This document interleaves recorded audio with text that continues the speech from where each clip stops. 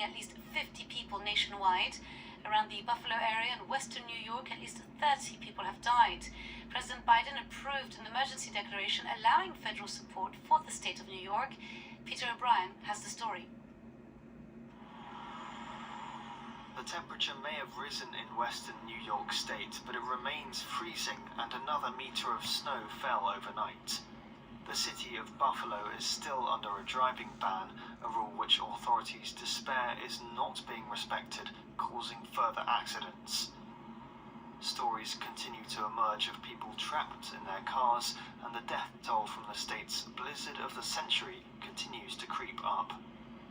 I think people need to understand that we're just trying to keep people off the roads. If people can walk, I mean, you need to walk to get somewhere, we understand it.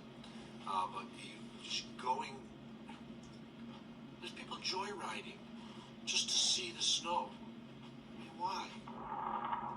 The US is slowly recovering from a devastating storm which stretched from the Great Lakes to the Mexican border, knocking out electricity for millions over the weekend.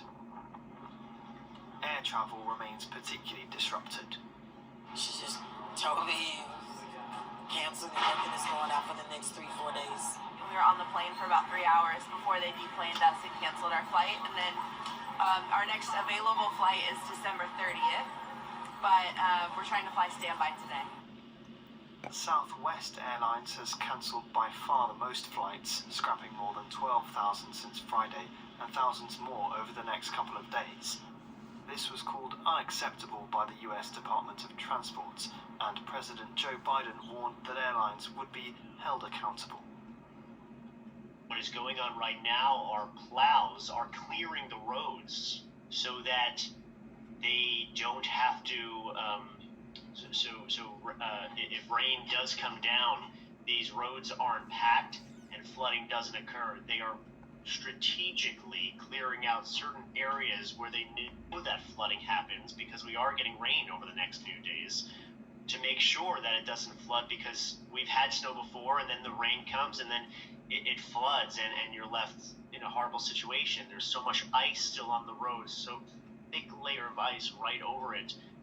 But because this storm was so significant, so deadly, one of the worst, if not the deadliest, in all of New York State history, especially in Buffalo, it could lead to even more difficulties. Right now, the least distractions of other drivers on the road, other weather coming in, that they're trying to prepare to just get back to people living and can get back to people getting what they need, supplies, into their family and friends and loved ones.